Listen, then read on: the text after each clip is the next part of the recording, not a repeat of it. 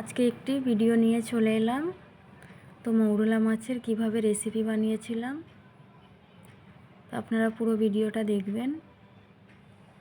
আর এটা আমাদের দেশের ভিডিও ছিল।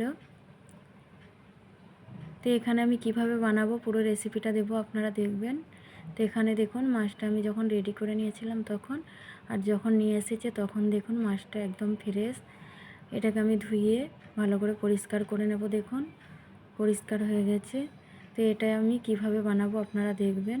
আর এটা হাতে মেখে বানাবো আমি। তো এর মধ্যে তেল দিয়ে দিলাম, এর মধ্যে সব মশলা আমি একই সঙ্গে দিয়ে দেব। আপনারা দেখুন লঙ্কা, হলুদ, ধনিয়া, জিরা, আদা রসুনের পেস্ট, লবণ দিয়েছি।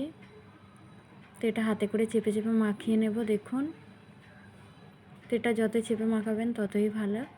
দেখুন তো মাছটা চেপে চেপে মাখিয়ে নিয়েছি মশলার সঙ্গে।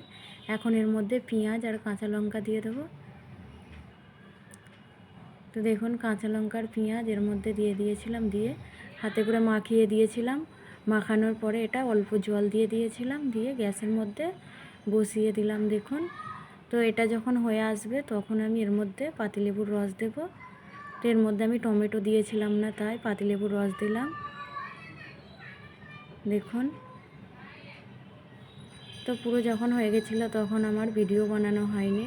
আর এখানে খেতে দিয়েছিলাম তখন একটু ভিডিও বানিয়ে নিয়েছিলাম। আর এটা একদম শুধু ওটা দিয়েই সবাই ভাত খাচ্ছে। দেখুন মাছের প্লেটের অর্ধেক খালি হয়ে গেছে। চিকেন, বিফ সব রেসিপি বানিয়েছিলাম। তো আজকের ভিডিও এখানেই শেষ করলাম।